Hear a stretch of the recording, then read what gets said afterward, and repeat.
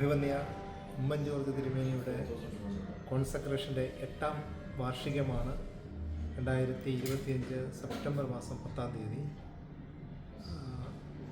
2015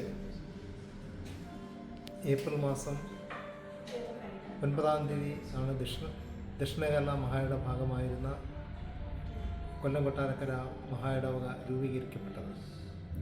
അത് ഈ ജനത്തിൻ്റെ ദീർഘനാളത്തെ പ്രാർത്ഥനയുടെയും അവരുടെ ദൈവസന്നിധിയുടെ നിലവിളിയുടെയും ഫലമായിരുന്നു.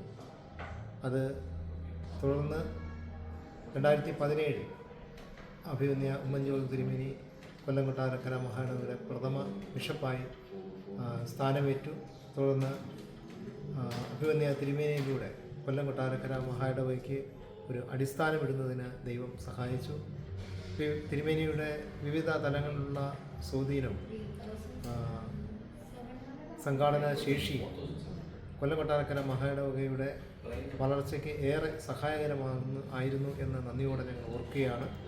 പ്രത്യേകിച്ച് എക്യുമെനിക്കൽ പ്രസ്ഥാനത്തിന് കൊല്ലം പട്ടണത്തിന് ഒരു വേരുകളുള്ള ഒരു അനുഭവമാണ് മുൻകാലങ്ങളിലുള്ളത്.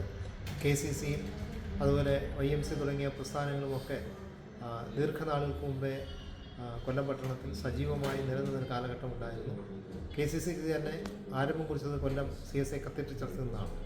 അതുകൊണ്ട് തന്നെ ആ സ്ഥലത്ത് എക്യുമെനിക്കൽ പ്രസ്ഥാനങ്ങൾ കൂടുതൽ സജീവമാകുവാനും അതോടൊപ്പം കൊല്ലം കൊട്ടാരക്കര മഹായിടവകയിലെ വിവിധ ഇടവകൾക്കും പള്ളികൾക്കുമൊക്കെ പുതിയ കെട്ടിടങ്ങൾ നിർമ്മിക്കുന്നതിനുമൊക്കെ അഭിവന്യ തിരുമേനിയുടെ സഹായമായി തീർന്നു.